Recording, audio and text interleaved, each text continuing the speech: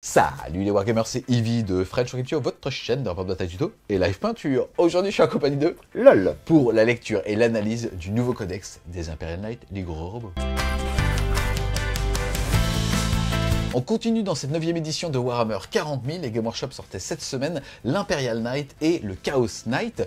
Qu'est-ce que t'attendais toi, puisqu'on a vu plusieurs fois sur la chaîne des magnifiques petits Zika. Qu'est-ce que tu attendais justement de leur ADN, du nombre de figurines, et qu'est-ce que tu as eu là pour cette V9? Alors, j'attendais un codex V9 dans la complexité de jeu. Pas obligatoirement dans la létalité, mais le fait qu'il soit adapté à la V9. On l'a vu déjà avec les Chapter Approved qui avaient amené des secondaires, qui avaient amené aussi avec la data slate le fait qu'il pouvait être objectif sécure, qu'il pouvait compter pour un nombre de figurines, 5 pour les petits et 10 pour les gros, pour pouvoir prendre les objectifs primaires.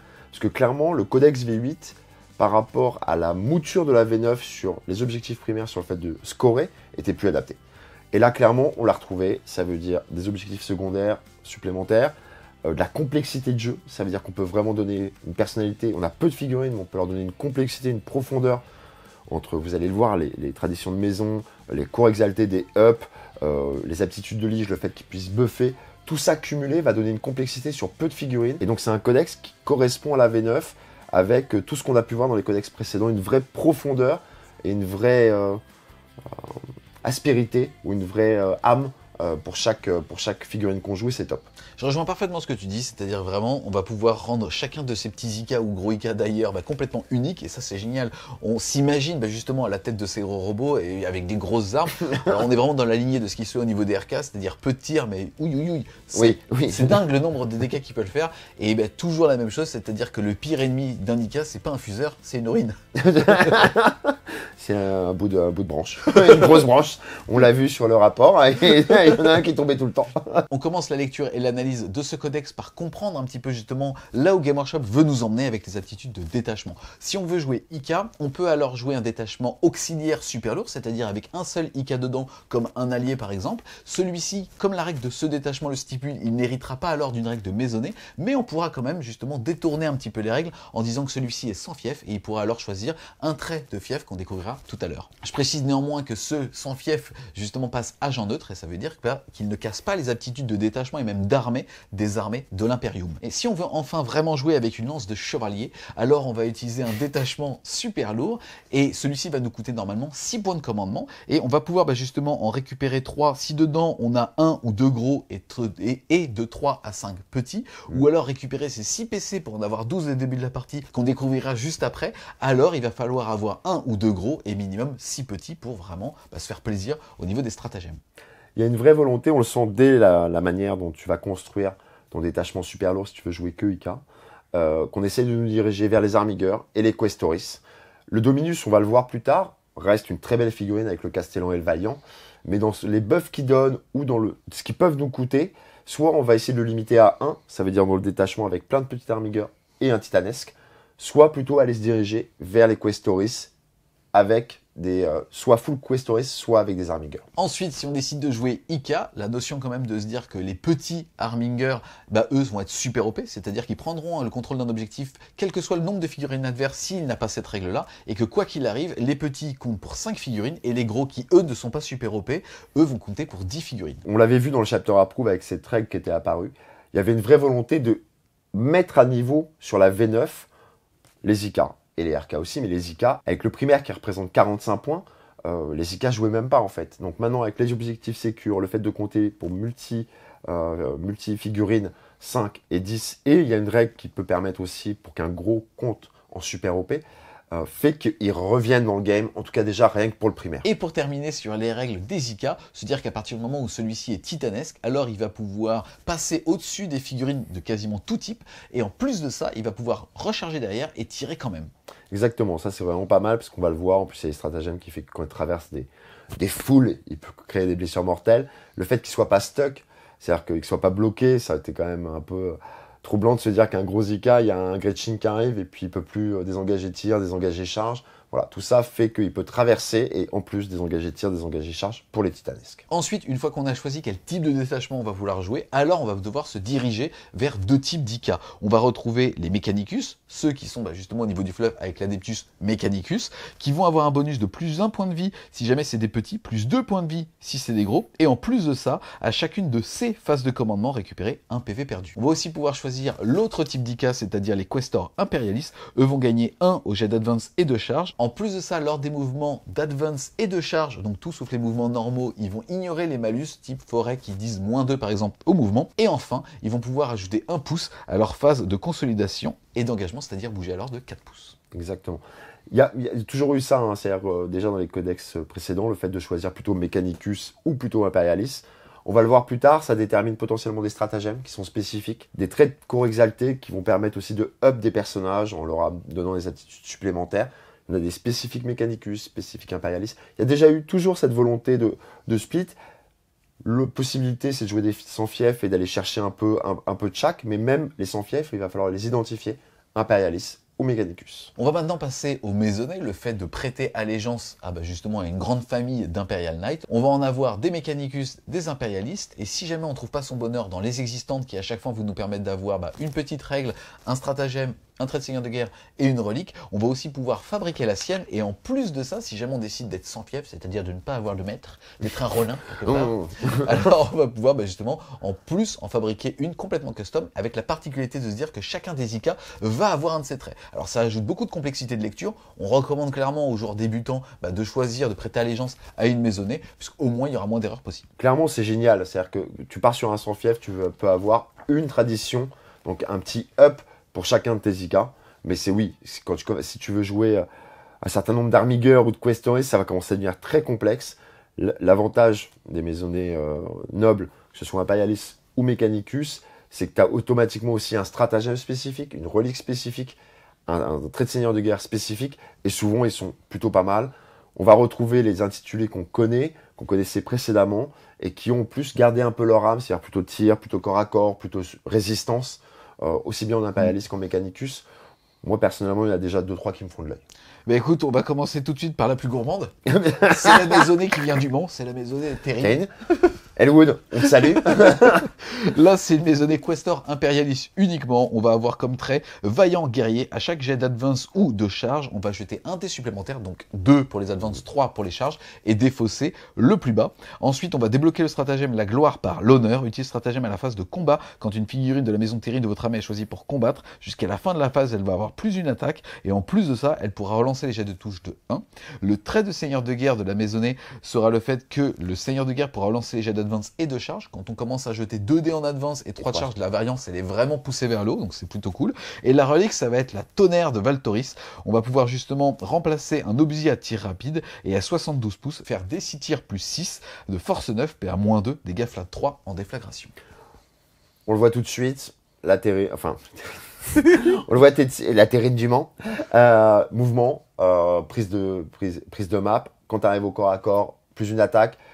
Les IK en eux-mêmes ont peu d'attaques. On va voir que le piétinement a été modifié, il n'existe plus tel qu'il existait avant, c'est-à-dire que tu ne peux pas multiplier pour n'importe quel IK.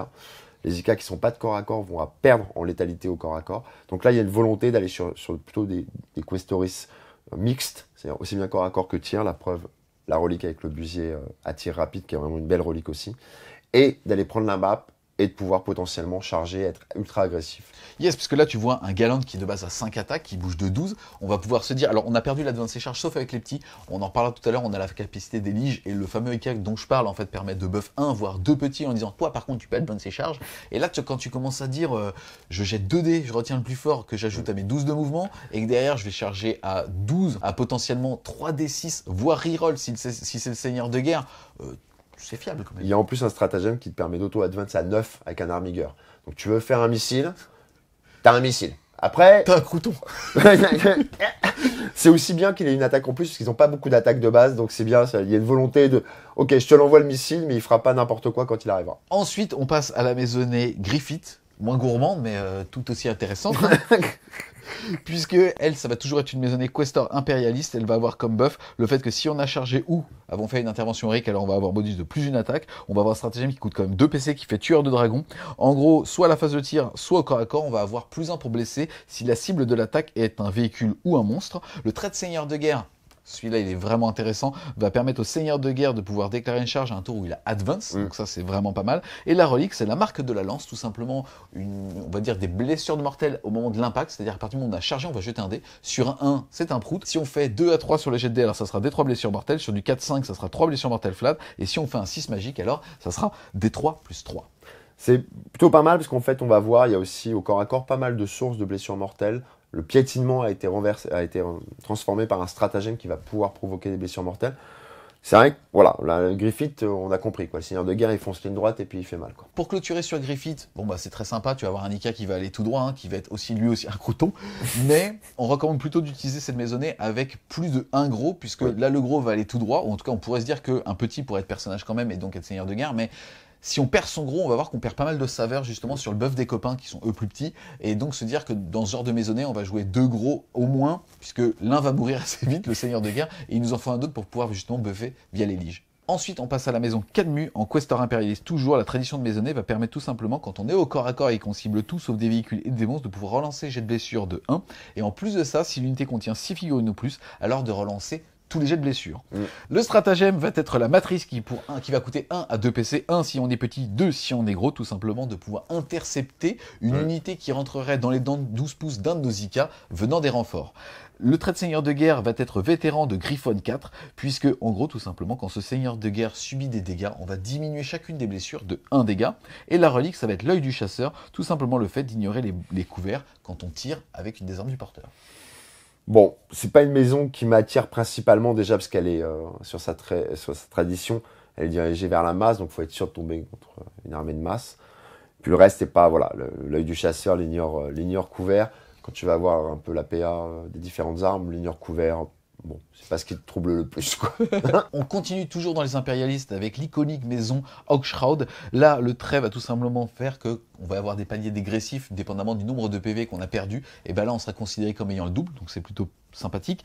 Et en plus, ça va nous permettre justement de parler des aptitudes chevaleresques. Au moment où on fait sa liste, on va pouvoir choisir jusqu'à 2 aptitudes. C'est un petit peu comme les marques du chaos, sauf que c'est gratuit pour les IK.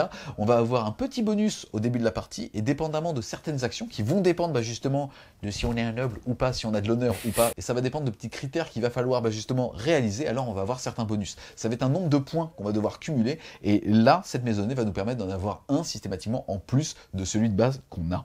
Ensuite, le stratagème, ça va être les fervents alliés. Celui-là, il est quand même assez surprenant. C'est le fait de se dire que si à la phase de charge adverse, il y a un ennemi dans les 12 pouces, on va être capable de faire une intervention héroïque à 6 pouces plus D6. Oui, c'est pas mal. C'est-à-dire que là, tout d'un coup, soyons clairs, t'es pas serein. Soyons clairs. T'es pas serein, en fait. Un IK à 12 packs qui potentiellement va charger. Bon, voilà, en intervention héroïque, c'est pas cool. Pendant ton tour. On connaissait en fait le mécanisme justement avec les custodes, avec les piquets des motos, et vraiment le nombre de fois où ça fait des surprises. Alors là, on a un soc qui est beaucoup plus complexe à manier, donc ça reste quand même assez fort, mais on peut le bloquer. Le trait de seigneur de guerre, ça va être le devoir du sarment. Ce trait de seigneur de guerre va permettre tout simplement au début de sa première phase de commandement de cibler une unité ennemie et de se dire que son seigneur de guerre aura alors plus 1 pour toucher jusqu'à la fin de la vie. C'est-à-dire que tu te rends compte, c'est cumulatif au niveau des games. Tu crois? Ah bah moi je jouais une mallette à toi, il était là-dedans. Tu te souviens? Je l'avais marqué. Et la relique, ça va être la grâce de l'ange, tout simplement. Un insensible à la douleur à 5 pour le porteur et pour les copains qui sont à 6 pouces, mais uniquement sur les blessures mortelles. C'est pas mal, c'est toujours pratique d'avoir, voilà. Après, ça oblige à être un peu en château. Voilà. Bon, on l'a vu, le traditionnel de guerre, lui, pour le coup, est pas ultra sexy. C'est une maison qui a ses avantages, qui rentre une aptitude sur les points d'honneur, donc sur ses serments chevaleresques, les aptitudes chevaleresques. On va voir plus tard. Si on se dirige là-dessus, ça peut être une maison qui peut être intéressante. Yes, et puis même, juste le fait de voir son adversaire se décomposer à chaque phase de charge en disant « Putain, qu'est-ce que j'adouce, qu'est-ce que j'adouce ?» Celui-là, il est quand même assez rigolo, quoi. Ensuite, toujours dans la famille des impérialistes, on passe à la maison Mortan. La tradition de maisonnée va permettre tout simplement au corps à corps de relancer les jets de touche de 1. Le stratagème va coûter 1 PC, on va l'utiliser soit à la phase de tir quand une figurine est choisie pour tirer, ou à la phase de combat quand on est choisi pour taper, et on y aura tous les modificateurs à la touche. Ensuite, le trait de seigneur de guerre va permettre au seigneur de guerre d'avoir -1 pour être touché si celui qui lui tire dessus est à plus de 18 pouces. La relique, ça va être la morsure de l'honneur. Ça va remplacer une tronçonneuse Reaper. La particularité qu'ont les tronçonneuses Reaper versus les gantelets, c'est que quand on décide justement de balayer, alors les gantelets vont faire x2 aux attaques. Là, on va faire x3. Donc quand on est un galant spécialiste du corps à corps, on n'a pas 4 mais 5 attaques. On peut potentiellement faire 15 attaques. Relance des 1 pour toucher puisque c'est la maisonnée. Et la particularité de cette relique, c'est le fait que les jets de blessure non modifiés de 6 seront une blessure mortelle en plus des dégâts normaux. Sur le balayage, sur les coups normaux, donc sur les 5 attaques, c'est 3 blessures mortelles. Donc encore une fois, une source de blessures mortelles non négligeable si on part sur cette relique-là. La maison Mortane était déjà une maison qui était dirigée vers, on connaissait déjà le stratagème, et qui était dirigée vers le corps à corps. Là, c'est plutôt une maison pas mal. C'est la dernière des impérialistes, et ouais, on sent qu'il y a des vrais choix à faire, mais avec une vraie âme, ou en tout cas avec un vrai choix de là où on veut se diriger sur son détachement. On passe du côté des maisonnés Questor Mechanicus, on commence par l'iconique Raven.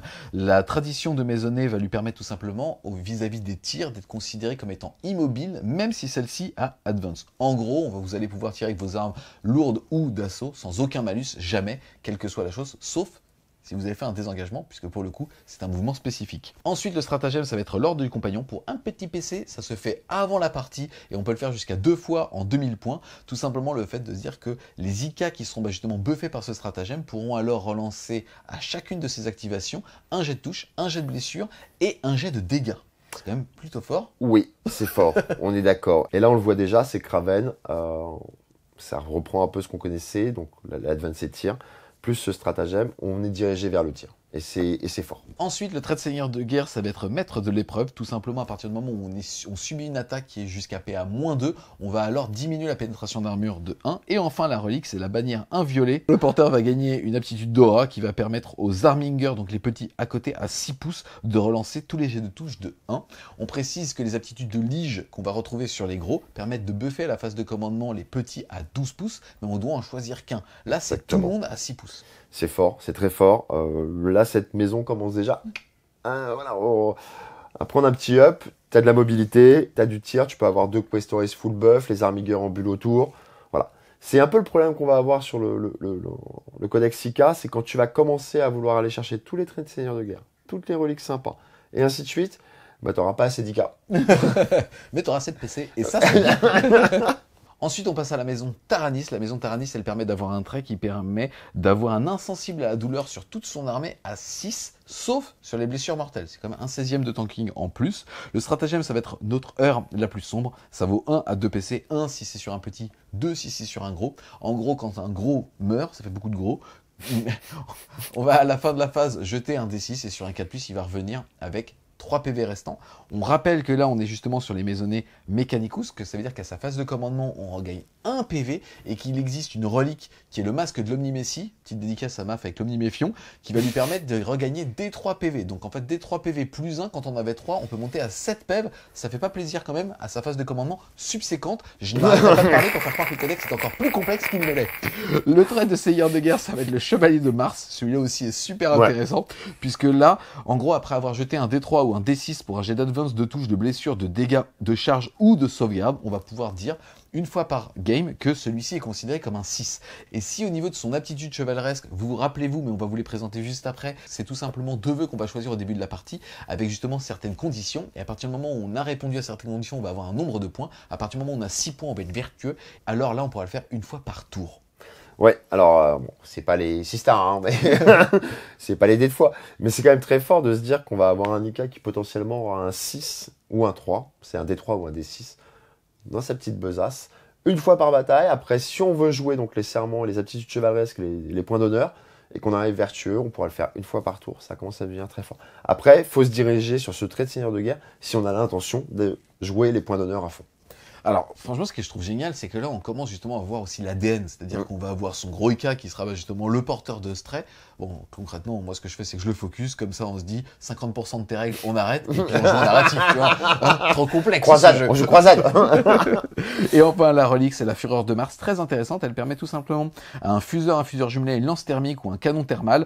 C'est un canon thermique, mais celui-là, il nettoie plus d'être considéré alors. Parce que c'est de l'eau avec du sel et des huiles essentielles, c'est une thermale. Comme une cure thermale, mais c'est un canon thermal. Tu sens bon. Tu meurs, mais propre. Alors cette arme sera considérée comme une relique et tu vas enlever justement toutes les aptitudes de l'arme, mais tu vas ajouter 1 à sa caractéristique de force et 2 à sa caractéristique de dégâts.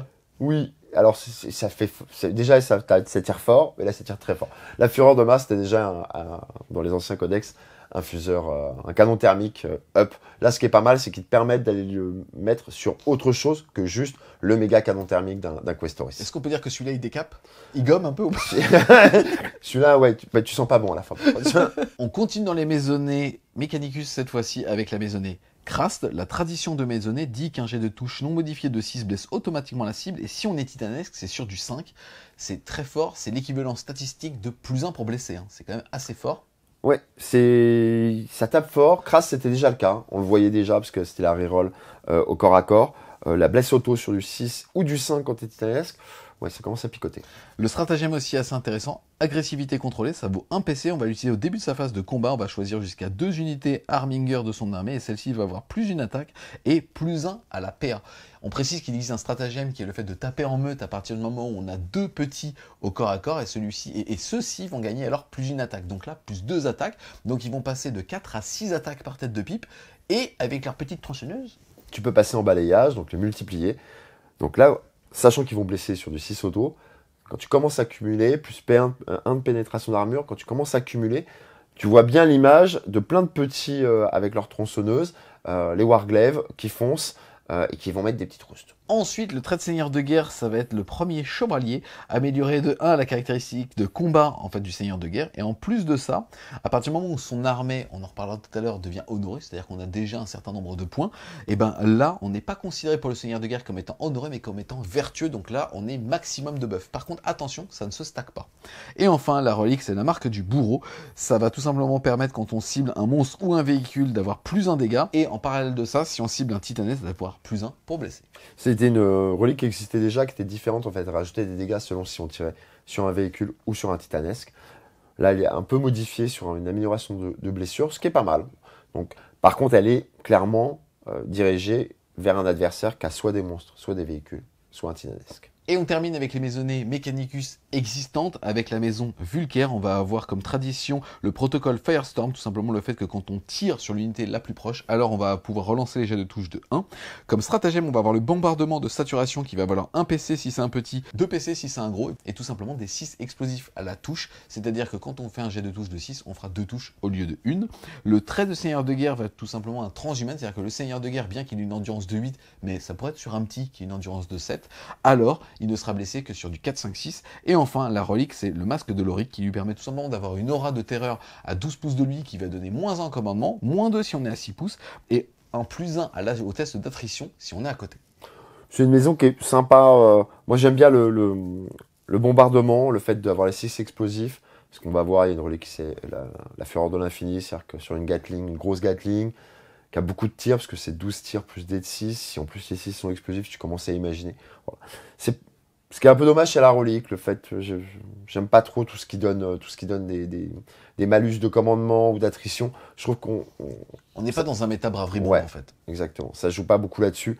Donc voilà. Mais le reste est plutôt sympa. On l'a vu, on a exactement 9 maisonnées, 5 impérialistes, 4 mechanicus, qui reprennent un peu la trame de ce qu'on connaissait d'avant, en tout cas dans leur âme, dans leur fluff. Avec vraiment des maisons sympas, une ou deux qui sortent un peu du lot parce qu'elles cumulent une tradition martiale, un stratagème, une relique et un trait de seigneur de guerre qui commence à être vraiment bon. On a pensé à la Ravenne, la Krast, enfin selon ce vers quoi on veut se diriger. Vraiment, en tout cas, c'est cool et ça donne un vrai panel. Et en plus, comme on va le voir tout de suite, on a les traditions martiales si on veut composer sa propre maisonnée noble. Yes, en tout cas, ce qui est cool, c'est que, on le voit, il y a suffisamment de contenu pour ne pas avoir justement assez de beurre pour tartiner une grande tartine. Bon, je suis t'es nul, je l'ai raté depuis tout à l'heure, je te regarde, je l'ai raté les gars, je l'ai raté depuis tout à l'heure, je voulais glisser la terrine, je l'ai pas eu. Non, je te voyais venir, tentative et échoué. Elle est tombée. Ensuite, si on a envie de créer sa propre maisonnée, on va pouvoir le faire aussi bien pour les Questoris que pour les Mechanicus. On va pas toutes les lire, mais on vous les affiche ici, page par page. On va juste faire un petit focus sur les traditionnés martiales des sans-fief. Encore une fois, on va pas tous les lire, mais on va rappeler que si on choisit de jouer Ika avec vraiment plein de gros robots dedans, on peut choisir qu'il soit sans fief. Et alors, on va être capable, dépendamment des Questoris ou des Mechanicus, de choisir un des traits par Ika. Alors, ça apporte une complexité de lecture, aussi bien quand on le joue que quand on l'affronte, mais c'est génial. Bah, le fait de pouvoir aller se dire, alors, oui, parce qu'ils vont devoir choisir chacun une tradition martiale unique. Tu ne peux pas doubler cette tradition martiale. Donc c'est vrai que tu imagines que tu vas pas jouer plein de petits, tu vas plutôt jouer plusieurs gros auxquels chaque aura sa particularité, son âme, ce vers quoi il va aller avec une tradition martiale unique, soit Imperialis, soit Mechanicus, soit ça t'ouvre les sans-fief. Alors, on l'avait vu sur le rapport de bataille avec le RK, c'est super stylé, mais la table, c'est un post-it. Je pense qu'il va falloir faire des tokens spéciaux ou des règles. Moi, quand je jouais Ika, j'avais une petite ardoise magique que j'avais volée à mon fils.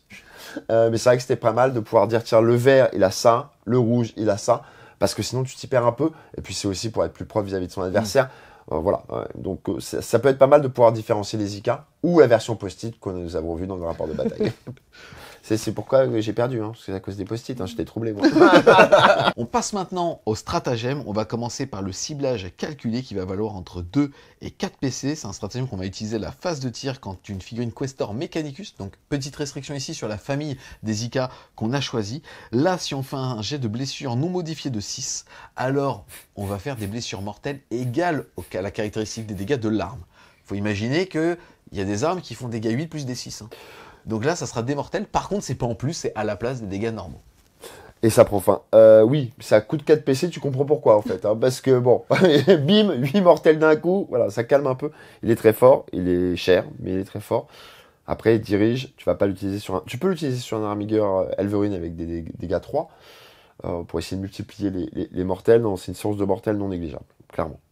À bride abattu, c'est le fait de pouvoir, pour un point de commandement, faire une auto-advance à 6 pour les gros, ou à 9 pour les Armigeurs, Elverine ou Warglaive. Donc ça, pour un PC, le fait de pouvoir projeter de 12 plus 9, 21 un petit, ou de 12 plus 6 un gros, c'est une vraie prise de map, c'est la mobilité qui manque parfois aux Ika. Yes, on l'a vu en fait par rapport au Codex RK, le fait de pouvoir ignorer les décors, c'est super fort. Là, on n'a pas ce levier-là, mais on a une mobilité qui est quand même assez hallucinante. Encore une fois, dépendamment du cadre de jeu dans lequel on va jouer, si là, on joue sur une pampa, les Ika peuvent littéralement traverser la map. Hein. Pour qu'un peu on ait une maisonnée qui va justement jeter 2 dés, retenir le plus fort, ou le trait de seigneur de guerre qui permet d'advance, là, ça va vite. Hein. Oui, ça va vite.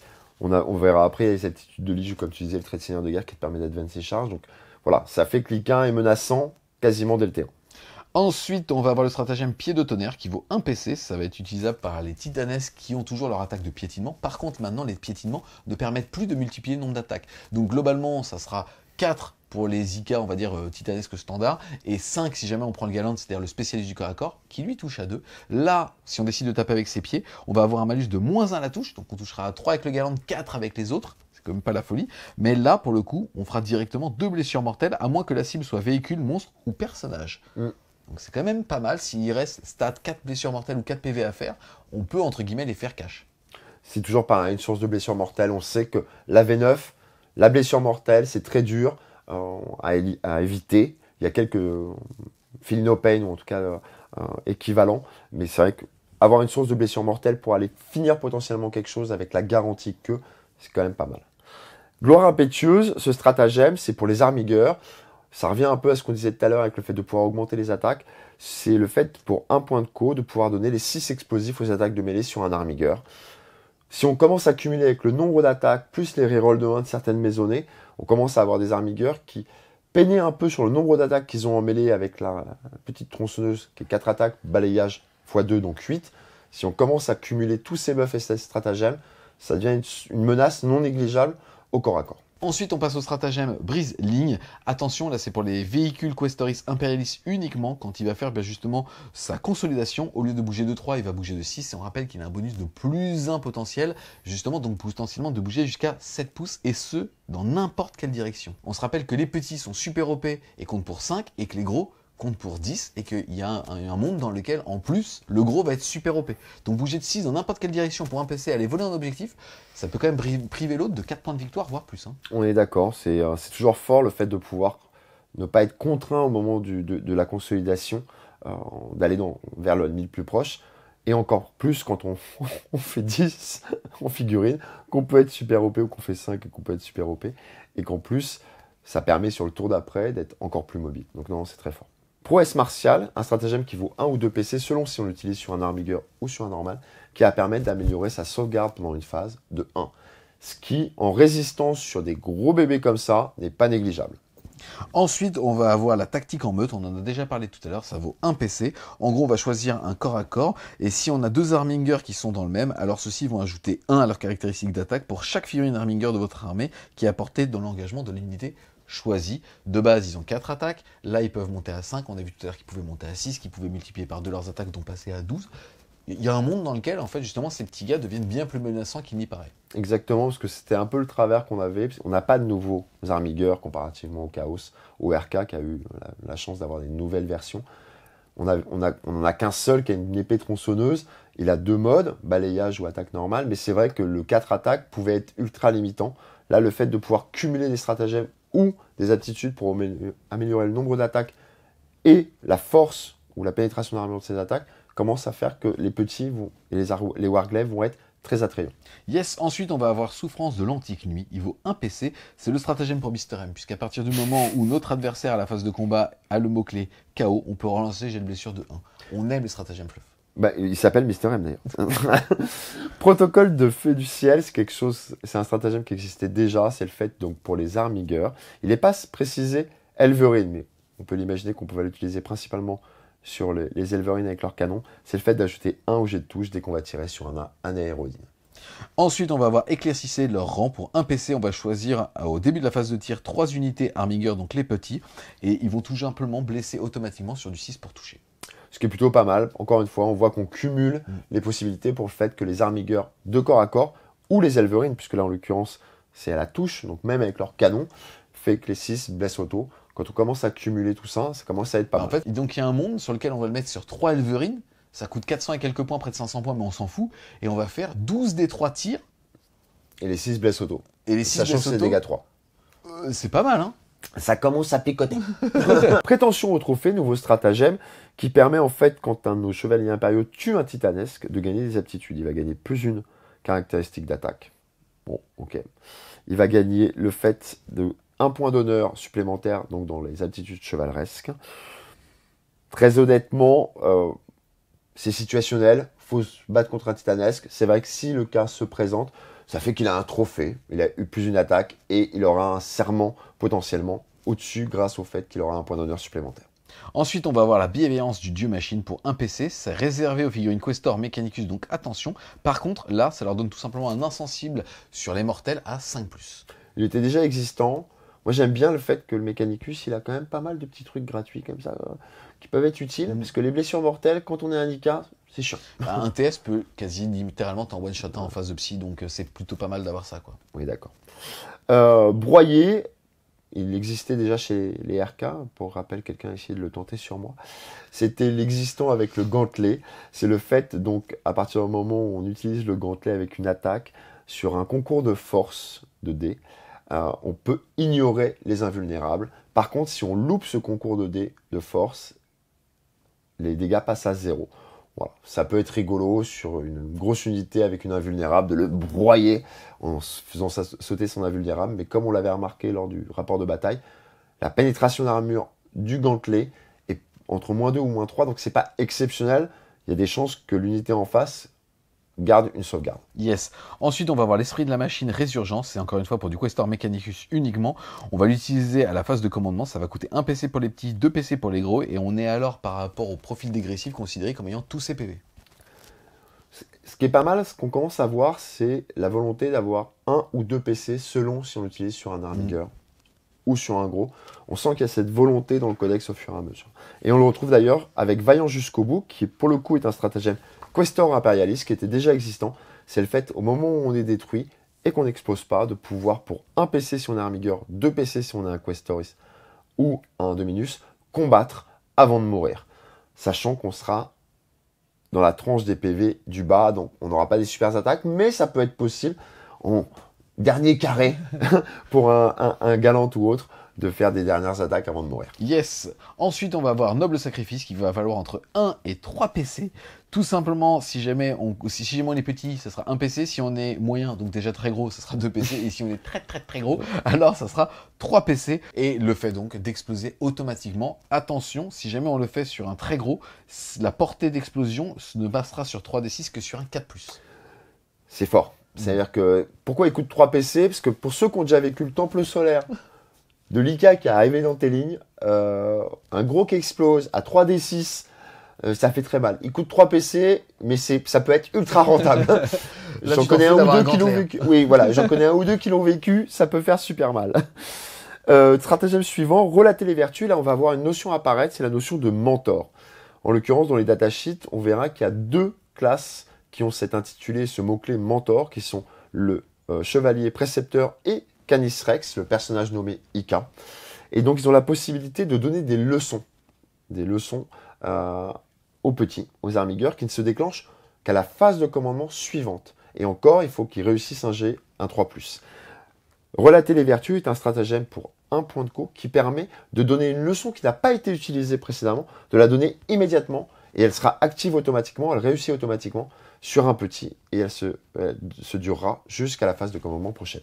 Yes, ensuite on va avoir Survivant des luttes qui vaut 1 PC. On va l'utiliser à n'importe quelle phase quand un Arminger est pris pour cible d'une attaque, de tir ou de corps à corps donc. Et celui-ci ne pourrait être blessé que sur du 4, 5, 6, c'est donc un transhumane pour véhicule. Pour l'Arminger, en sachant qu'ils ont endurance 7. Après, on passe sur les 3 stratagèmes assez habituels de quasiment tous les codex. Donc on a Patrimoine de la Maisonnée, c'est le fait pour 1 point de co de pouvoir donner une relique, un Nika qui n'est pas personnage, qui n'est pas votre seigneur de guerre. On a Chevalier Baron qui, pour 1 point de commandement, vous permet de donner le mot-clé personnage et un trait de seigneur de guerre à un nouveau Ika qui n'est pas votre seigneur de guerre. Et on a le dernier qui s'appelle Paragon Révéré pour 1 point de commandement, le fait de pouvoir donner à votre seigneur de guerre un 2e trait de seigneur de guerre. Donc là, comme on l'a dit en préambule, on commence à avoir la possibilité de cumuler les buffs et les particularités aussi bien de reliques et de traits de seigneur de guerre sur chaque Ika et leur donner une vraie âme et un vrai buff et une vraie aptitude assez létale. Yes, ensuite on va passer à la charge rigoureuse. Si on est un petit Ika, donc un Arminger ou un Elverine, ça va coûter 1 PC. Si on est un gros, ça va coûter 2 PC. En gros, après avoir chargé, on va jeter 4 dés, voire 6 dés si on est un gros. Et tout simplement, si le dé fait plus que la valeur d'endurance de la cible, il prendra une blessure mortelle. Et si on fait un 6, quelle que soit face à la valeur d'endurance, ça sera 2 mortels. Derrière, on passe au devoir de l'écuyer. Pour 2 PC, on va avoir la possibilité pour un Armiger, ce qui est dommage, c'est que c'est un peu cher, de pouvoir battre en retraite et charger et tirer. On a les deux, donc ce qui explique le fait qu'il vaille 2 PC. Mais pour rappel, les petits ne traversent pas les unités adverses. Donc voilà, ça permet d'éviter qu'on se fasse cliquer un petit. Mais bon, 2 PC quand même. Ensuite, pour un PC, on va voir la manœuvre du flanquement. Pour un PC, en gros, on va pouvoir choisir 2 figurines Arminger de son armée qui sont à plus de 6 pouces de toute figurine ennemie et à 6 pouces d'un bord de table. Elles sont tout simplement placées en réserve. Il est ici précisé, mais de toute façon, il a été faqué, qu'on ne pouvait pas revenir à un tour où on vient de partir. Donc en gros, ça sera sur son prochain tour, on pourrait être considéré comme arrivant de renfort. Ce qui est pas mal pour la mobilité, clairement, en milieu de game ou en fin de game, d'avoir la possibilité d'avoir des petits qui vont laisser projeter sur un côté où on n'est pas. Marcheur de l'orage, qui est un stratagème spécifique Questor Imperialis, qui fait que quand vous allez traverser avec un de vos gros à une unité adverse, vous jetez un dé de 6. Et le résultat auquel vous ajoutez 1 si vous êtes sur une unité qui compte plus de 6 figurines, 2 si c'est plus de 11, de 3 à 6, elle subit des 3 mortels, et sur un 7+, des 6 blessures mortelles. On imagine très bien le gros qui traverse une bande d'orques et bam bam bam qui en tue au passage. Voilà. Sans casser le décor, parce que c'est à CAF. Surtout, jamais. Déjà, ils sont trop beaux. Ensuite, on va avoir Fureur du Juste qui va coûter 2 PC. Quand un de ces Ika personnages va être détruite, on va pouvoir choisir un Arminger, donc un petit à nous. En gros, à la fin de la phase, l'Arminger va pouvoir tirer sur l'unité qui aura justement tué son personnage. Et jusqu'à la fin de la partie, à chaque fois qu'une unité classe Arminger, donc sur toute la table, tente de tirer justement sur l'assassin, alors il pourra relancer le jet de touche. C'est mignon. C'est mignon. C'est mignon, c'est maman. Derrière, on a pilonnage à but portant. C'est le fait que pour 1 point de commandement, l'Ika, donc la figurine, peut effectuer des attaques avec des armes à déflagration, même sur les unités qui sont à portée d'engagement de lui. Par contre, chaque fois qu'elle va le faire, un jet de touche de 1 non modifié lui provoquera une blessure mortelle. Ça permet d'utiliser pour certains Ika qui ont quasiment que des armes à déflagration, même quand on est au corps à corps. Ensuite, on enchaîne avec coup de taille. C'est un stratagème qui vaut 1 PC. Le souci, c'est que là, on a les codex en français. C'est assez mal traduit. Et en gros, ça va permettre tout simplement à un chevalier impérial, quand il combat, pour un PC de faire une touche supplémentaire. Mais, il y a un mais on comprend pas trop le sud de la phrase. Donc, on va confirmer en VO et justement, on reviendra dessus certainement en rapport de bataille. Derrière, on passe à l'orientation de bouclier ionique. Donc là, on connaît un PC ou deux PC. C'est le fait de pouvoir utiliser donc sa 5+1 vue, son bouclier ionique qu'ont quasiment tous les chevaliers impériaux au tir, de la faire passer à 4+, un PC si on a un Armigeur, 2 PC si on est une Questoris ou un Dominus. En parlant justement du bouclier unique, on va avoir l'égide unique, ça vaut 2 PC, ça va être utilisable par les classes Dominus, c'est tout simplement les 2 plus gros IK de tir, et à 6/2, tous les petits vont avoir une invulnérable à 4. C'est pas mal, parce que quand on l'a vu sur l'aptitude de lance, enfin sur la manière de créer son détachement, on voit que plein de petits avec un gros, ça permet de récupérer 6 points de commandement. On imagine bien le Dominus entouré de ses petits. Et T1 ou sur les tirs où il va se faire agresser, boum, la bulle. Moi, je pense qu'ils ont pris la technologie au champ de force custom. Je pense même qu'il y a un orc dedans. Derrière, le dernier stratagème, c'est Jet d'épave. C'est un stratagème qui était connu aussi.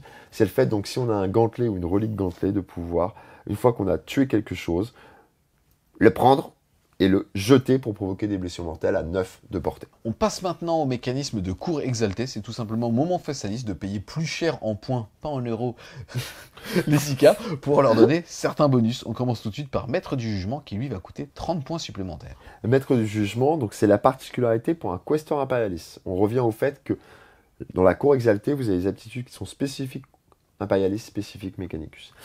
En l'occurrence, Maître du Jugement, ça vous permet donc pour une unité de lui donner une tradition martiale supplémentaire. Comme on a vu tout à l'heure, vous avez des traditions martiales qui sont spécifiques à votre maisonnée noble, et il y en a qui sont pour créer votre propre maisonnée. Là, en l'occurrence, vous pouvez aller en choisir une, Questor Imperialis, en plus de votre maisonnée noble, pour le Maître du Jugement.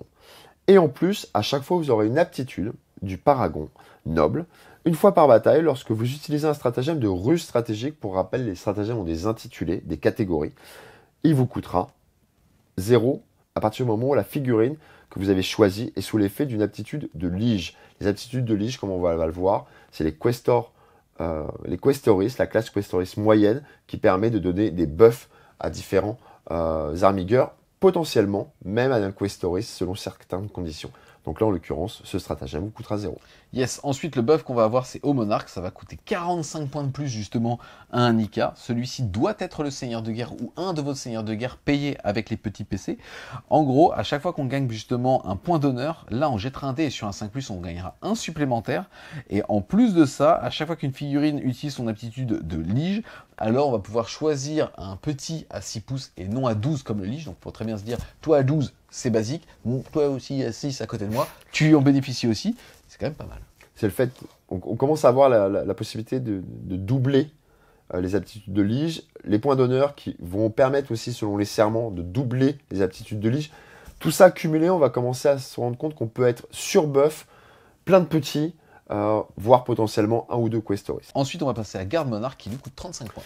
Garde Monarque, juste avant, on a eu Haut Monarque, là on a Garde Monarque. C'est le fait, pour un Questor Imperialis, d'être un peu le protecteur. En l'occurrence, tout personnage de la maisonnée noble qui est à 3 ne peut pas être ciblé, sauf si c'est l'unité la plus proche. On est un peu sur le fait d'avoir une sorte de garde du corps version IK. L'attitude de Paragon noble, c'est tant qu'une classe armigueur est une aptitude de lige et qu'il est à portée d'engagement, il va pouvoir taper en premier.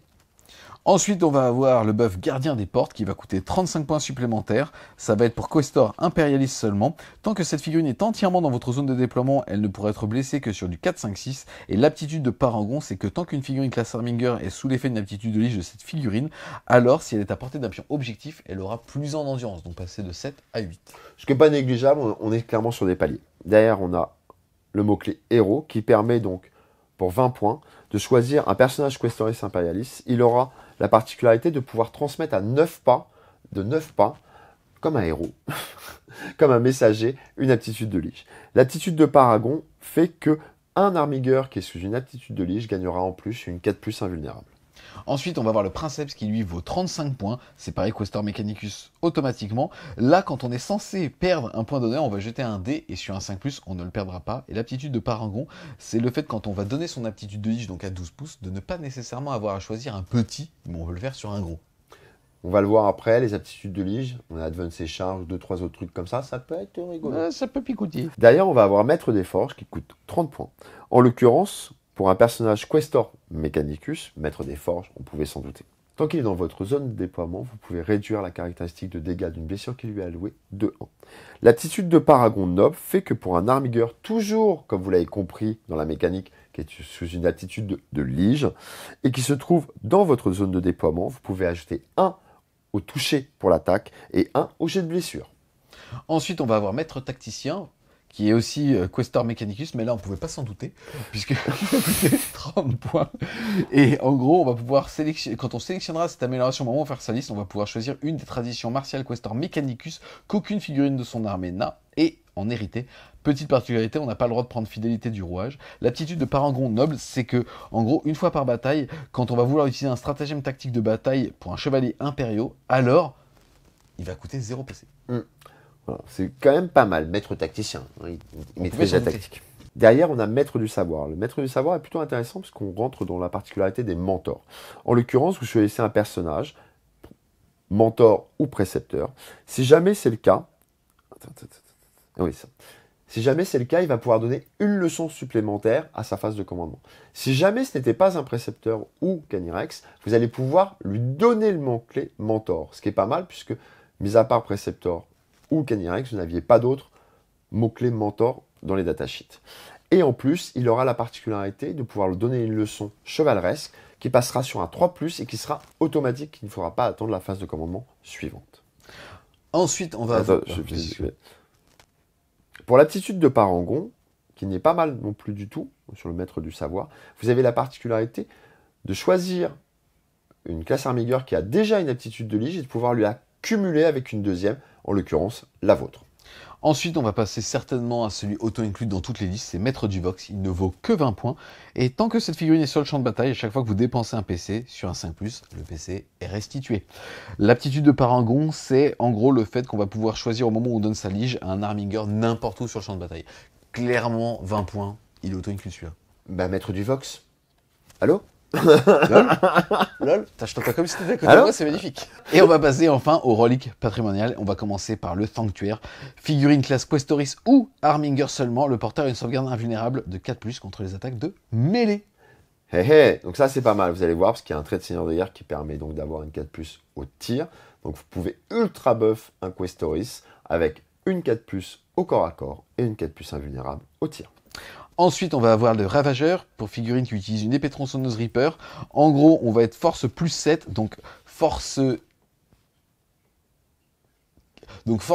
15, PA-4, damage flat 6, ou alors force +1, et donc ça va permettre au balayage de ne pas être force 8, mais force 9, donc petit palier, PA-3, dégâts 2, et à chaque attaque avec ce profil, faites 3 jets de touche au lieu de 1, mais ça c'est normal, je viens de le dire.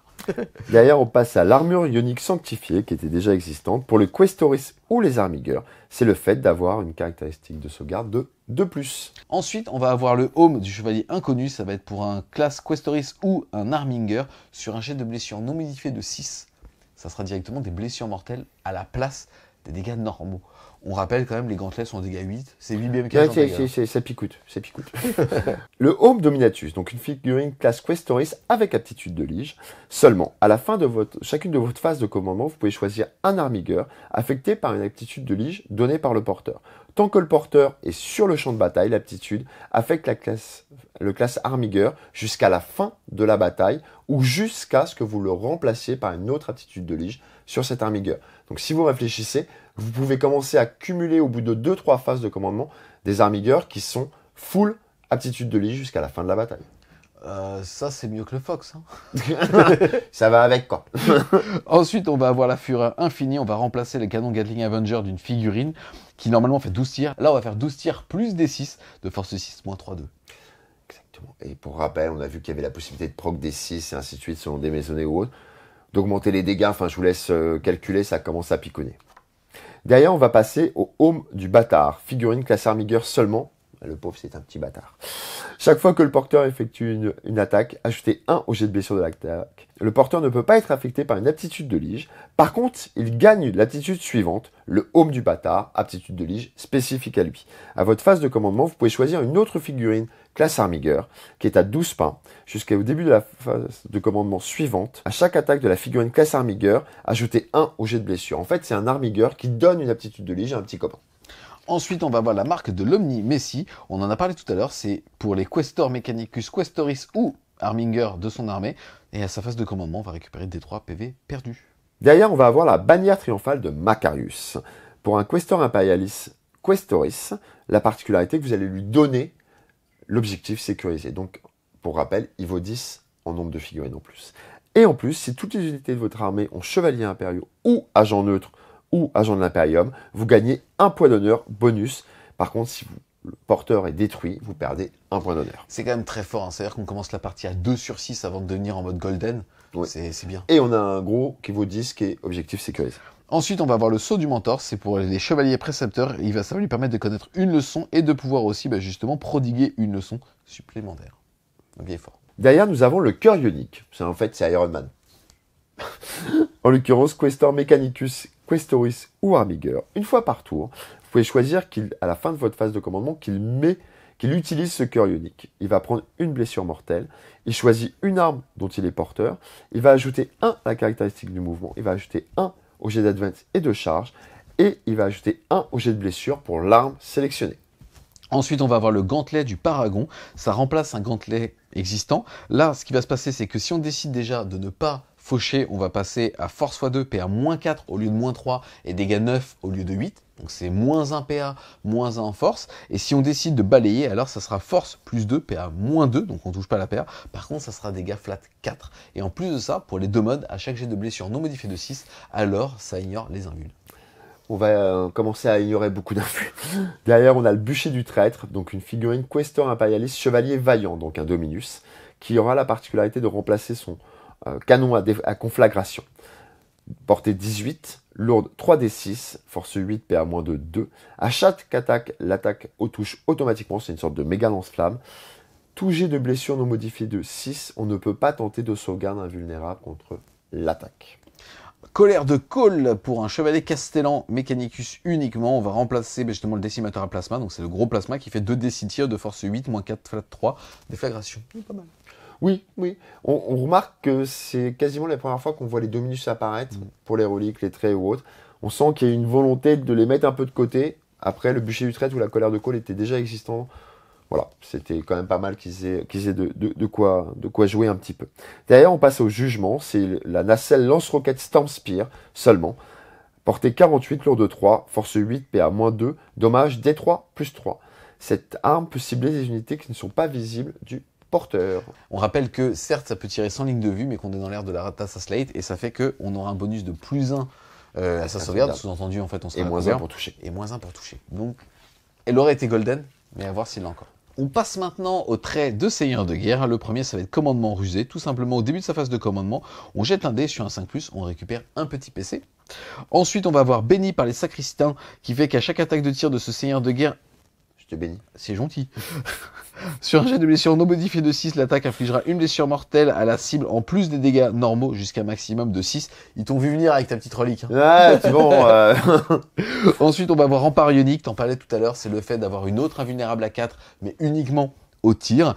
Chevalier sénéchal, c'est avoir +1 à ses caractéristiques d'attaque. Donc on commence un petit peu à stacker les attaques. On va pouvoir monter potentiellement à 7 attaques avec un galant. Et en plus de ça, si votre armée est déshonorée, l'aptitude de chevaleresque honorable de votre serment demeure active pour ce seigneur de guerre. Ensuite, on va avoir Arpenteur, ajouter 2 pouces à la caractéristique de mouvement de ce seigneur de guerre, et à chaque fois qu'un jet pour avancer est fait, un jet de 1-2 est considéré comme alors 3, tout comme pour le coup, la charge. Ensuite, on va avoir Chevalier Révéré. Au début de votre phase de combat, si ce seigneur de guerre est à portée d'engagement d'une ou plusieurs unités ennemies, il peut combattre en premier. Et si toutes les unités de votre armée ont le mot-clé Chevalier impérieux, que ce seigneur de guerre fait partie de votre armée, alors on commence la bataille avec un point d'honneur supplémentaire. Donc, on peut être directement à 3 avec la relique qu'on a vue tout à l'heure. En l'occurrence, Chevalier Révéré, c'est le trait de seigneur de guerre spécifique à Canierex et à Sir Hector, parce que si Canierex il est détruit, Sir Hector il descend. En tout cas, ce qui est quand même super stylé là, c'est qu'on voit qu'on va être capable, on l'a dit tout à l'heure, d'avoir 2 traits de seigneur de guerre sur des gros papas, qu'on peut très bien avoir 2 pouces de mouvement supplémentaires, voire 3, ou alors tout simplement 2 pouces supplémentaires, advance et charge, 2d6 pour l'advance et 3d6 pour la charge, et à chaque fois on va retirer le plus bas. Ça va loin. Oui, ça commence. Encore une fois, on l'a vu, c'est des alignements de planètes et des choix de buffs cumulés, mais on peut commencer à avoir des très très belles mécaniques sur plusieurs, ou avec les armigueurs. On va continuer avec les armigueurs, avec les leçons chevaleresques. Donc ça, c'est spécifique pour les datasheets qu'on le mot-clé mentor, qu'on peut soit donner, soit Canierex, soit le chevalier préceptor. C'est des leçons qui vont être données à la phase de commandement et qui, mis à part stratagème ou relique spécifique, vont agir à la phase de commandement suivante. La vertu du courage, cette leçon réussie, classe Armigueur qui est à 6 de mentor. Si cette leçon réussit, tant qu'une figurine de classe Armigueur est à 6 de ce mentor, tout jet de 6 non modifié ajoute une touche supplémentaire. Le serment de justice, si cette leçon réussit, donc l'armigueur qui est à 6 du mentor, toujours la même mécanique, il compte comme ayant 2 points d'honneur supplémentaires pour son aptitude chevaleresque. À la folie de la merci, toujours pareil, si cette leçon réussit, mais cette fois à 12 de ce mentor, il peut entreprendre une action et faire un mouvement normal et tirer sans que cette action échoue. Pour info, c'est la première fois qu'on voit la mécanique d'action et tir ou d'action et mouvement. Alors qu'on a un secondaire justement en piratage qui est vraiment pas mal. Voilà, en l'occurrence, on va en parler juste après sur le secondaire avec un secondaire spécifique action. C'est vrai que clairement, on va se dire, est-ce qu'on va pas essayer de cumuler parce que sinon, ça va commencer à être des ressources en moins. Pour rappel, un armigueur, c'est 160 points à peu près. La foi du chevalier, si cette leçon réussit, le classe armigueur qui est à 6 du mentor est censé perdre un PV. En l'occurrence, il va avoir un Feel No Pain à 6. Et s'il est sous une aptitude de lige en plus, ce ne sera plus un Feel No Pain sur 6, mais sur un Feel No Pain à 5+. L'espoir du guerrier, c'est une leçon qui, si elle réussit, et en l'occurrence le classe armigueur est à 12 du mentor, il va pouvoir choisir un serment du code chevaleresque qui n'est pas celui pour lequel vous aviez à la base choisi sur votre data slate, enfin sur votre liste d'armées. La sagesse de la noblesse, si la leçon réussit, vous pouvez choisir un classe armigueur qui est à 12 du mentor, et en l'occurrence, vous pouvez donner une aptitude de lige supplémentaire, donc pouvoir avoir 2 classes armigueurs qui ont la même aptitude de lige. On passe maintenant aux règles de Chapter Approve, c'est ni plus ni moins que des objectifs secondaires. On rappelle qu'on a le droit d'en prendre qu'un ici, en plus de ceux justement du Chapter Approve standard. Le premier fait partie de la famille éliminer l'ennemi, c'est un duel d'honneur. En gros, après le déploiement, on va devoir identifier le seigneur de guerre adverse ainsi que les 2 unités qui valent le plus cher sur la table. En gros, si l'une de ces unités est détruite par le seigneur de guerre au corps à corps, on marquera 5 points de victoire. Si l'unité est détruite par une attaque de mêlée, mais par n'importe lequel des chevaliers impériaux de son armée, ça sera 4. Si l'unité est détruite alors qu'elle ne se trouvait pas sur le champ de bataille, mais qu'à la fin de la bataille, elle est considérée comme étant détruite, sous-entendu, renfort et ainsi de suite, ça sera 4 points aussi. Et si l'ennemi a été détruit par tout autre moyen, suicide, ça sera alors jeté dans une ruine. Alors ça sera 3 points. Petite particularité quand même, si à la fin d'un round de bataille, en gros, le seigneur de guerre a pété une de ses unités au corps à corps, alors on va gagner 1 point d'honneur supplémentaire. À la fin de la bataille, si le seigneur de guerre ennemi a été détruit, on gagnera 1 point de victoire aussi supplémentaire, mais on devra alors réduire le nombre de points de victoire pour les unités ennemies qui n'auraient pas été détruites, donc sous-entendu les 2 plus chers. Ce qui est pas mal, c'est qu'en l'occurrence, on est sur quelque chose dans l'attrition. C'est un secondaire supplémentaire, c'est ce qui pêchait un peu depuis l'arrivée de la data state. Le primaire avait été re-up pour les IK, là clairement c'était bien qu'on arrive. Là en l'occurrence c'est un d'attrition. Sur certaines armées ça peut être ultra utile parce que ça mobilise aussi le jeu adverse. Prends des risques avec tes 3 unités les plus chères ou planque-les, mais si tu les planques pas, tu risques de me donner des points. Yes, en plus dans éliminer l'ennemi, il y a tout ce qui est, comme tu l'as dit justement, attrition et ainsi de suite. Et bah peut-être qu'en match War, ou en tout cas, si jamais on joue contre une armée qui a aussi quelques titanesques, celui-là sera meilleur que l'attrition parce que beaucoup plus stable. Oui, exactement. Et ça, encore une fois, ce qui est vachement intéressant, je trouve, c'est que ça détermine potentiellement le jeu adverse ou l'utilisation des ressources adverses. Ensuite, on va avoir l'honneur de la maison qui fait partie de la catégorie pas de pitié, pas de répit. Si vous choisissez cet objectif, à la fin de chaque round de bataille, si vous avez 6 points d'honneur ou si vous avez plus de points d'honneur qu'au début justement du round, on marquera 2 points de victoire. Et à la fin de la bataille, si votre armée est vertueuse, on aura 3 points de victoire supplémentaires. Si elle est honorable, on en aura 2. Et par contre, si elle est dosée dorée, alors on va en retirer 3. Oups. Ce qui est pas pas mal, c'est d'avoir un secondaire spécifique à vos aptitudes chevaleresques et au point d'honneur. C'est clairement quelque chose où on peut volontairement se diriger dessus par rapport au choix de ses serments et par rapport au fait qu'on va pouvoir potentiellement avoir des points garantis en jouant sur ses points d'honneur. Yes. Ensuite, on va avoir un objectif secondaire dans la famille suprématie militaire qui s'appelle Ne cédez pas d'un pouce. On le connaissait déjà du chapter Approve. En gros, si on choisit cet objectif à la fin de son tour, on pourra marquer jusqu'à 5 points de victoire avec les conditions ci-dessous. Marquer 2 points de victoire si vous contrôlez la moitié ou plus du nombre total des objectifs du champ de bataille. Marquer 2 points de victoire aussi s'il n'y a aucun ennemi dans sa zone de déploiement. Et marquer 1 point de victoire tant qu'aucun chevalier impérieux n'a reculé par rapport à sa ligne de front. Il était bien. Enfin, sa ligne de cul, excuse-moi. Enfin, sa ligne de chez soi. Quoi. Enfin, sa ligne de j'ai toujours un poupe. C'est bon. On a un vent de poupe. Tu m'as perdu. Il était déjà bien en fait parce qu'il détermine un peu sa manière de jouer. C'est IK, on a envie d'avancer. En tout cas, on peut facilement marquer des points, être stable et c'est toujours bien sur un objectif secondaire de pas être lié au jeu adverse. C'est de pouvoir, voilà, j'avance, je vais contrôler les objectifs et je sais que je vais garantir un minimum de 8-10 points sur mon objectif secondaire. Moi, mon préféré, il fait partie de la famille Opération Clandestine, c'est renouveler les serments. En gros, ça va être une action qu'on va pouvoir faire avec n'importe lequel de ces chevaliers impériaux. Une figurine chevalier impériaux de votre armée peut entreprendre cette action à la fin de la phase de mouvement si elle est à 6 pouces du centre du champ de bataille. Et cette action est accomplie à la fin de votre tour, pour peu que l'unité qu'il entreprend soit encore à 6 pouces du centre du champ de bataille. On marquera 3 points de victoire si l'unité est non titanesque, 4 points de victoire si elle est titanesque, et on marquera 1 point de victoire supplémentaire si l'action est accomplie par une figurine personnage. Et en plus de ça, on va devoir jeter un D6 et sur 4 points, on marquera 1 point d'honneur. Oui, alors c'est pas mal. Après, on le disait tout à l'heure, ce qui est dommage, c'est que c'est une action. Ouais. Mais c'est vrai que 3 points, si on utilise un petit, il n'y a pas précisé s'il y a un adversaire ou pas, ça permet aussi de gagner des points d'honneur. C'est vrai que c'est pareil, ça reste dans des actions stables. Ça utilise des ressources, potentiellement un petit, un armigueur à 160 points, pour marquer 3 points par tour. Mais au moins, on est sûr d'aller à minimum jusqu'à 9 points, je pense, assez stablement. Yes, et encore une fois, enfin, si on a des IK, l'adversaire n'a pas envie d'aller en corps à corps de ces mecs-là. On rappelle que pour la plupart, les gros sont des personnages. Tu peux très bien emmener un petit, un gros, faire l'action avec le petit et dire regarde, vas-y, rapproche-toi du centre de table maintenant. Je peux faire des interventions potentiellement jusqu'à 12 pouces avec une maisonnée spécifique. Enfin, voilà, il y a un monde dans lequel on va vraiment triper. Alors, emmener maman et un petit à côté, c'est quand même très cool. T'es sûr que c'est maman? C'est pas papa. Je sais pas. Tout ce que je sais, c'est qu'il y aura une heure que des doigts pour faire les gens. Au niveau des aptitudes qu'on n'a pas encore vu, bouclier ionique, le fait que toute son armée a une sauvegarde invulnérable à 5+, on a parlé tout à l'heure du stratagème de réorientation du bouclier, 1 ou 2 PC dépendamment de la taille pour améliorer de 1 cette sauvegarde invulnérable et marcher au tir. Et ensuite, les aptitudes de lige, on n'arrête pas d'en parler, c'est le fait que les gros peuvent buffer les petits. En gros, c'est précisé qu'un petit ne peut être justement sujet qu'à une seule aptitude de lige, on va pas être capable de dire advance charge ou d'autres bonus et ainsi de suite. Par contre, le bonus intéressant, c'est qu'à partir du moment où on est honorable ou vertueuse, on va en parler juste après, alors les petits auront moins 1 dégât subi. S'ils sont sous aptitude de lige. On a vu qu'il y avait quelques mécaniques pour pouvoir buffer avec 2 aptitudes ou donner 2 fois la même ou autre. Comme vous avez vu, ça peut se cumuler. On retrouvera dans les aptitudes de lige, dans les datasheets. C'est clairement une mécanique supplémentaire. Comme on l'a dit en préambule, on va commencer à cumuler beaucoup de règles en phase de commandement entre les aptitudes de lige, les aptitudes chevaleresques et autres. Il faudra des moyens mémotechniques parce que sinon on risque potentiellement d'être dans la confusion.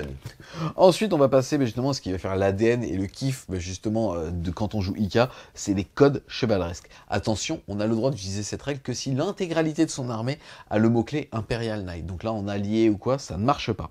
Au moment où on fait sa liste, on va devoir choisir parmi ces 4 serments 2 actifs. Il y a à chaque fois un gage, c'est-à-dire un bonus, et aussi une promesse. C'est-à-dire qu'on a des devoirs et des droits. Je trouve ça génial. Les gages, ce sont des bonus, c'est-à-dire que si on le fait, on va gagner des points d'honneur. Les promesses, ce sont des choses à faire. Si on ne les fait pas, eh ben on a menti et on va perdre des points d'honneur. Exactement. Si jamais on a 0 point d'honneur, et je rappelle qu'on commence la partie à 1 et qu'on a vu qu'on pouvait commencer la partie à 2 et que certaines figurines pouvaient justement commencer à 3. En gros, si jamais on en a de 1 à 4, on est honorable et si on en a de 5 à 6, on est vertueux. Je le disais, ces serments, ils sont au nombre de 4. On va pouvoir choisir 2 serments pour l'intégralité de son armée. On commence par protéger après cacher les quichés, justement, les nécessiteux. En gros, ici, on va gagner un point d'honneur si on réalise une des deux actions suivantes. Enfin, je dis action, mais c'est pas des actions au sens large. C'est tout simplement le fait d'avoir fait soit une intervention héroïque, soit avoir chargé. Et alors, comme on l'a dit tout à l'heure, on peut gagner un petit point d'honneur. La promesse qu'il va falloir tenir, c'est que il va falloir, si on peut, qu'on ait chargé ou fait une intervention héroïque. C'est sympa parce que ça veut dire que son adversaire va être capable de se dire t'es à 12 là. Perso, s'il y a de hasard à 12 pouces pour ce que je perds un point d'honneur cash. Tiens, cadeau. C'est pour moi, personnel. En tout cas, le fait est que si jamais on est considéré comme étant honorable, c'est-à-dire que si on a de 1 à 4 points, on va pouvoir dire qu'on est héros altruiste. Cette figurine est éligible pour accomplir une intervention héroïque comme si elle était un personnage. Et si cette figurine est déjà un personnage, alors elle va pouvoir faire des actions héroïques à 6 pouces. Et si jamais on est vertueux, sous-entendu si on a 5 à 6 points, alors on va être héros galvanisant. Si cette figurine est une aptitude de lige, elle peut l'utiliser une fois supplémentaire à chacune de ses phases de commandement. Donc tu peux donner 2 aptitudes de lige.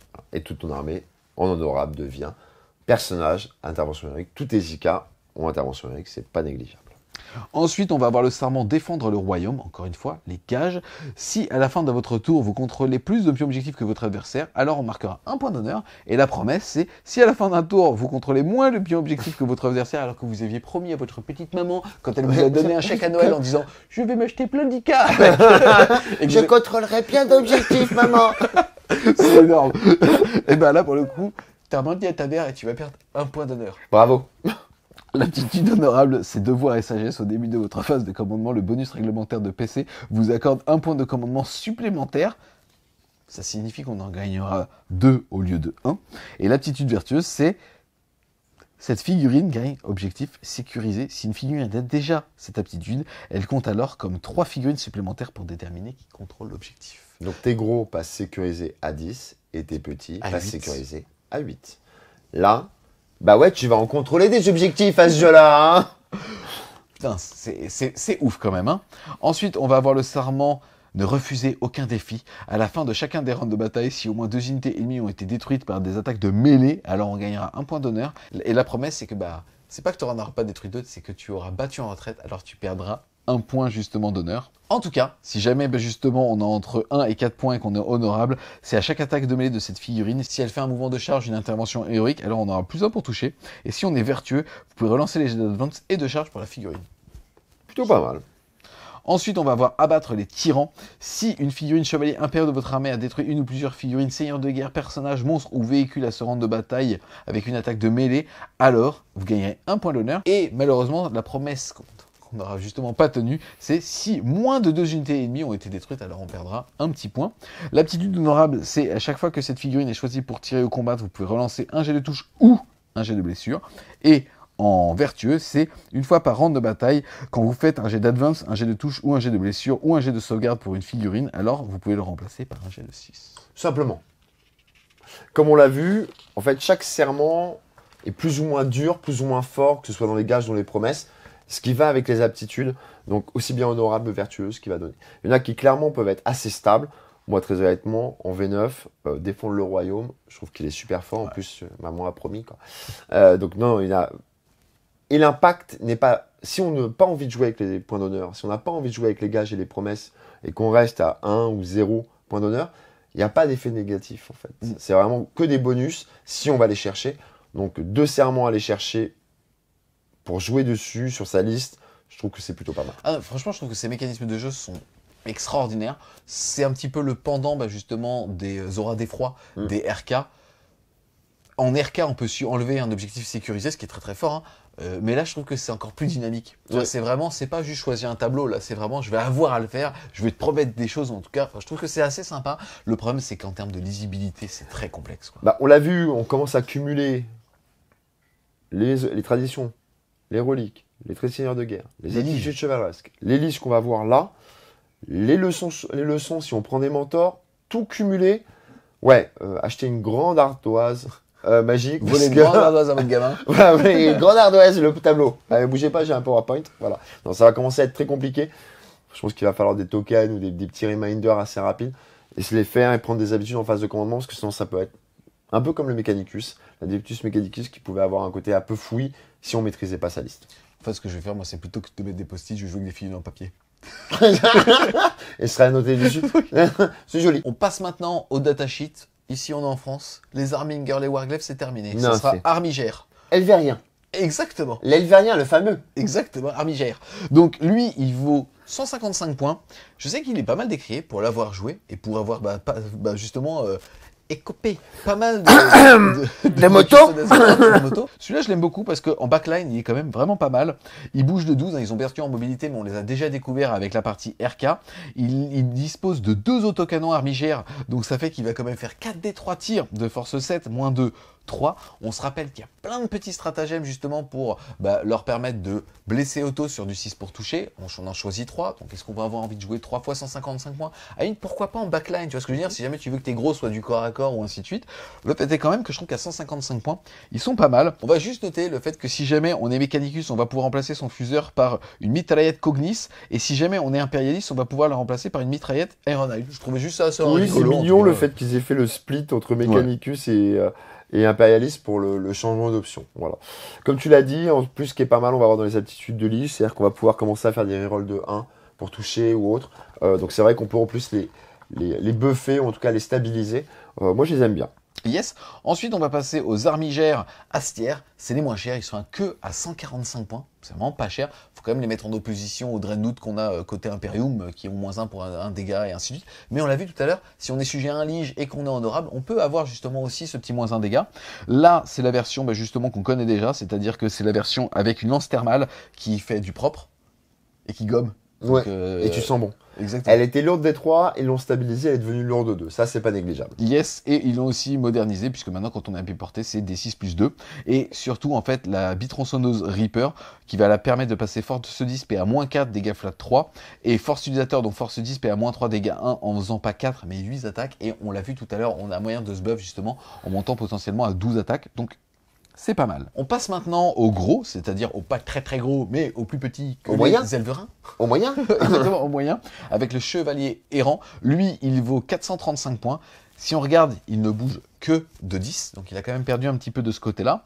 Il va être équipé de base d'un canon thermique qui va faire 2d3 tirs de force 9, PA-4, dégâts D6 plus 2, et d'une tronçonneuse Reaper. On le disait tout à l'heure, tronçonneuse Reaper, on peut justement faire un balayage qui fait qu'on va faire x3 attaques, donc 12 attaques de force 8, PA-3, dégâts 2, ou alors tout simplement 4 attaques en force 14, PA-4, dégâts flat 6. Pied titanesque, plus aucune règle, si ce n'est le stratagème qu'on a vu tout à l'heure. Exactement. Là, vraiment, ce qui va faire l'intérêt d'un chevalier errant, c'est sa lige de devoir de l'errant. À votre phase de commandement, vous allez pouvoir choisir une figurine classe Arminger ami à 12 pouces ou moins de cette figurine, et jusqu'au début de votre prochaine phase de commandement, cette figurine pourra alors charger même si elle est advance, et en plus de ça, on va pouvoir ajouter un jet de charge et d'advance de cette figurine. On se rappelle tout à l'heure qu'il y avait un petit bonus potentiel, encore une fois, de bonus de charge, et qu'il n'est pas dit que ça ne se stack pas. Exactement. Donc, quand vous commencez à cumuler, voilà. Et donc, les aptitudes de lige, on voit la première, on découvre la première avec le chevalier errant. Chaque chevalier Questoris, donc les moyens, aura une aptitude de lige qui lui est propre et qui est un peu dans l'ADN de la manière dont il est configuré. Là, on est sur un mixte, canon thermique avec l'épée tronçonneuse. Il peut remplacer par un gantelet. Voilà, s'il est mis corps à corps, il est mixte et il fait l'advance et charge. Derrière, on va passer au chevalier vigilant. Yes, qui lui vaut 10 points de plus, donc le errant, il est à 425, lui il est à 435. Il est de base équipé du canon Gatling Avenger, donc il va faire 12 tirs de force 6, PA-2-2. On se rappelle tout à l'heure de la petite Gatling relique qui permet de la remplacer et qui permet de faire 12 tirs plus des 6, coup même. Hein. Il est aussi équipé d'une tronçonneuse Reaper. Ils peuvent tous changer avec un gantelet, on regardera tout à l'heure le profil. Lui, l'intérêt, c'est qu'en fait, c'est le devoir du vigilant, son devoir de lige, qui fait qu'il va passer un armigé, qui est, on rappelle, est super ok et qui compte pour 5, mais là, il va le choisir à sa phase de commandement, il comptera pour 10. Comment deny, hein. Enfin, excuse-moi, c'est quand même violent. Il est à moi. Voilà. Hop, 10, hop, attends. 10 super objectifs sécure, oui, c'est pas mal. Ensuite, on passe avec le chevalier croisé, l'ancien Crusader. Lui, il a la particularité d'avoir 2 armes de tir. Il coûte un petit peu plus cher parce qu'il est à 485. Il est de base équipé du canon Gatling qu'on vient de voir, qui est donc aussi justement éligible à recevoir cette fameuse relique. Et aussi au canon thermique qu'on a vu aussi, qui fait 2 des 3 tirs pour rappel de force 9, PA-4, dégâts D6 plus 2. Et lui, son devoir de croisé, c'est le fait qu'il va donner un bonus de plus 1 pour toucher. Donc plus 1, c'est même pas plus 1 pour toucher, c'est plus 1 la capacité de tir. Oui. C'est-à-dire que c'est meilleur, puisque ça ne se stack pas avec les moins 1 ou Exactement. plus 1 et ainsi de suite. Un petit copain à 12 pouces. On l'a vu tout à l'heure en fond de cours, spécialisé de tir avec un armigueur Elvérien à côté, un armigère Elvérien, ça peut commencer à envoyer de la terrine. Et oui, Laurent. C'est moi qui l'ai placé. Oh, une petite tranche. Une petite tranche. Ensuite, on va passer au Galant. Le Galant, c'est la version full corps à corps. La particularité du Galant, déjà, c'est que c'est le moins cher. Il vaut que 400 points. Et lui, il a une capacité de combat de 2 et il bouge de 12. Donc lui, c'est le missile. Perso, c'est mon chouchou parce que je trouve que c'est le plus fun à jouer. C'est celui, va dans tes lignes, tu le gères pas, je vais me faire plaisir. Tu le gères. Je le fais exploser. Oui, tu le fais exploser exactement pour 2 PC. Donc globalement, il est quand même assez cool. Et lui, son devoir de lige, en plus de ça, c'est de donner +1 à la caractéristique de combat, justement, d'un petit. On se rappelle tout à l'heure, les petits, ils peuvent monter potentiellement à 12 attaques sur du 2+. Il y a moyen de se faire plaisir avec 2 qui vont être tout droit. C'est assez cool. On peut imaginer la configuration du un Galant et un autre. Ça fait que le Galant, il a le trait de seigneur de guerre, advance ses charges. Et l'autre, il dit, lige, toi, t'advances ses charges. Et t'en as 2 qui advancent ses charges. Bon, l'autre intercepte en butin des 2. C'est pas forcément une bonne idée, mais moi, j'aime le Mais c'était fun. Voilà. Ça s'est vu sur un rapport de bataille. Je charge avec 2 unités de 6 stars en mode, yeah, baby. Et lui, il fait, poup. Méchant. Donc, franchement, Galant, cool. J'ai toujours adoré le Galant, moi. Chaque fois que j'ai joué les Zika, les Questoris, les moyens, j'avais toujours un Galant ligne droite, mode, voilà, je suis dans tes lignes, tu me gères, quoi. Ouais, et j'explose. Le temple solaire, ça oblige le mec à se split, enfin, à s'écarter un peu. C'est parce que tu peux tuer un perso ultra important sur un D6 de mortel d'une explosion. Donc, c'est vraiment, en tout cas, enfin, faut pas sous-estimer ce jeu facile que de pouvoir charger terre avec un Nika. L'autre n'a pas forcément l'opportunité d'avoir des cordons. S'il en a pas, il doit sacrifier une unité justement pour screen, donc pour écranter. Comme tu le dis, dans ces lignes, toi derrière, ça te permet potentiellement de pas tirer, de faire des annonces partout parce que t'es super OP, vas-y mon gars, t'es enfermé chez toi et je compte pour 5, voire peut-être même pour 10 sur d'autres. Franchement, c'est quand même super cool. Hein. Oh, il y a des vraies mécaniques. Yes. Ensuite, on va passer au Paladin. Le Paladin, lui, il est un petit peu plus cher parce qu'il coûte 425 points et il est équipé de base d'un obusier qui va faire 2 des 6 tirs de force 8, PA-2, dégâts flat 3. Et sa lige, c'est le devoir du paladin. Tout simplement, il va permettre de relancer les jets de blessure et de touche de 1 pour un petit Arminger. Ce qui est pas dégueulasse. Lui, tu fais en sorte qu'il puisse en buffer 2. Oui. Donc, et derrière, tu claques ton PC sur 3 Elverine qui dit qu'il y en a 2 D3 qui vont faire potentiellement 9 D3 tirs en 3+, reroll D1, blesse auto sur du 6. C'est pas mal. Oui. C'est commence à coûter des PC, mais ça, je pense que ça tire bien. Ensuite, on va passer au Castellan, la grosse plateforme de tir. On regrette le fait que justement, il est moins buffé, en tout cas, que ce qu'on a vu tout à l'heure. Lui, il est à 595 points. Attention, il a 4 PV supplémentaires. Ça fait qu'il passe à 30 PV quand on joue en Mechanicus. Donc, c'est quand même pas dégueulasse. Dégueulasse. Et en Talanis, ça commence à accumuler. Il est équipé d'un décimateur à plasma qui fait que, on va parler que de surchauffe ici. Oui. Il fait 2 des 6 tirs de force 9, moins 4, dégâts flat 3. Voilà. Il est équipé aussi justement du canon Siege Breaker qui va faire 2 D3 tirs de force 7 PA-1 dégâts 2. Du lance volcano qui va faire D3 tirs de force 16 PA-5 dégâts D6 plus 8. Dégâts, voilà. Comme ça, c'est clair. Et voilà. Ça veut dire 9. Ça veut dire beaucoup. ça, tu sais à quoi ça me fait penser? Un Yalatus. C'était un télémon. C'était un télémon. Et c'est bas. 24 PV. Et c'est bas. 24 PV. Plus sérieusement, là on rigole, c'est comme des... le Sajjan si je pleure. Et réponds en pleurant à la question. Plus sérieusement, on est à 595 points. On peut rajouter derrière des petites nacelles et ainsi de suite. On a vu qu'il a perdu le stratagème qui lui permet de cibler les personnages avec ses missiles. Est-ce que tu penses qu'il est aussi fort qu'avant? Parce que je rappelle, en fait, avant, on avait moyen de s'en faire un qui pouvait justement jeter à chaque fois un dé supplémentaire sur son nombre de tirs, potentiellement relancer des 1. Et donc, finalement, il a perdu beaucoup de buffs. Est-ce que tu penses qu'il est encore bon? Est-ce qu'aujourd'hui, Game Workshop ne nous oriente pas vers le fait de jouer plus de gros et plus de petits? Alors, plus de moyens et de petits, ouais. Moi, je le vois clairement comme ça.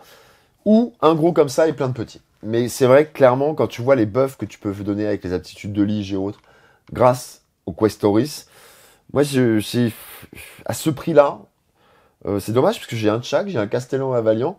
Je vais les jouer, mais j'ai du mal à les positionner là. Par rapport à la lecture, je pense qu'il faut tester, hein, mais par rapport à la lecture, tu as envie de revenir vers les Questoris avec les aptitudes de lige, avec les petits qui vont pouvoir faire des actions, être super OP. Voilà, j'ai du mal à le positionner, clairement. Ensuite, on va avoir son cousin, c'est-à-dire le Valiant, qui lui coûte 10 points de moins, il est à 585. Lui, il est équipé avec 4 missiles Shieldbreaker qu'on a vu tout à l'heure, du canon conflagrator qui fait quand même 3 DC tirs de force 7, PA-2, dégâts 2, touche auto, bon c'est stable, hein, et aussi du fameux harpon, qui est force 16, PA-6, dégâts flat 10, et qui en plus de ça inflige 3 blessures mortelles. Ouais, ça sympa Raygun, en fait. Voilà. C'est pour l'avoir vécu une fois, tu one-shot une Riptide, psychologiquement tu le vis bien. Voilà. En fait, moi ce que je regrette, c'est que mine 2, c'est quand même des plateformes de tir qui valent plus de 600 points quand on commence un petit peu à les équiper. On a vu par exemple que le Galant pouvait toucher à 2 au corps à corps, on aurait aimé qu'il touche à 2 au tir, Oui. par exemple, ou qu'il y ait un vrai bonus, ou que, je sais pas, si tu bouges pas, ou si tu prends pas un objectif, ou que tu fasses une action qui te permette de toucher mieux. Là, il n'y a rien, c'est dommage quand même. Bah, c'est une grosse plateforme de tir, mais en fait, cumulé, t'es pas sur une saturation de tir qui fait que, voilà, il peut être évitable. Par contre, quand il tire, il fait mal. Mais si tu tombes sur la mauvaise liste en face, en fait, il va rien faire. Ouais. Ensuite, on va avoir Papa le Précepteur. Il vaut 420 points. Il a le fameux mot-clé Mentor, justement, dont on parlait tout à l'heure. Et lui, il va pouvoir connaître 3 leçons. Et à sa face de sa commandement, justement en prodiguer 2. On le rappelle, c'est un petit peu comme une litanie de Chaplin, c'est-à-dire qu'au moment où on va donner sa leçon, on va jeter un dé sur un 3+, elle va passer. C'est bien de se dire que pour le coup, on peut en faire 2. C'est sur du 3+. Maintenant, ça prend effet jusqu'à ce début de sa phrase de commandement, donc ça marche aussi pendant le tour adverse. C'est un peu il en connaît 2, donc il gagne un peu plus versus une aptitude de lige. L'aptitude de lige, t'es sûr que ça passe. Là, t'as la possibilité d'en avoir 2. T'en connais 3. Bon, on a vu qu'il y avait moyen de la buffer ou d'en stacker une supplémentaire grâce à un stratagème. Bah, c'est une bonne plateforme, voilà. Par rapport à son attrition, lui, il est équipé d'un impulseur laser qui, justement, fait potentiellement des 6 tirs de force 12, PA-4, dégâts 4, ou 2 des 6 tirs de force 6, PA-2, dégâts 2, et d'un multi-laser qui fait qu'il va faire 4 tirs de force 6 sans PA. Pour le coup, ce qui est intéressant, c'est qu'avant, il coûtait le même coup en points. Pour avoir testé cette arme plein de fois, parce que j'aimais Canis Reg, j'aimais la figurine, j'avais kiffé la pince, je l'avais joué au SAM, au Stream Mucovicido, c'est de la grosse merde, sauf que maintenant, en fait, c'est un Chaplin. Oui. Et je pense que c'est là-dessus où, en fait, il n'a gagné que des buffs. Je sais pas, est-ce que tu veux pas la stabilité avec l'aptitude de lige? Parce que le problème du Chaplin, c'est quand tu fais le 2 ou le 1 sur... et que t'as pas le stratagème pour que ça passe auto, là. Voilà. Là, t'en as un, mais pour une leçon, bon, voilà. Je sais pas trop. Ensuite, on va justement s'attarder à Canis Rex. Lui, c'est la même chose, sauf que celui-ci est un sans fief. Donc pour le coup, c'est un personnage nommé qui induit de vouloir justement lâcher du fief. Par contre, lui, version son cousin, il a cessé CT2+. Et finalement, ne coûte que 20 points de plus. Pour CT2, CC2, bon, après c'est un sans fief, alors il casse pas ton détachement, mais bon.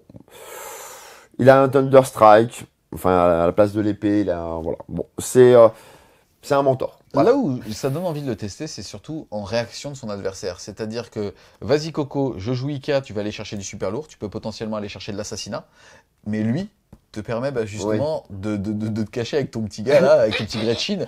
Et qui ne t'ai pas considéré comme... Exactement. Bon, tu meurs au coup de blaster d'après. Oui.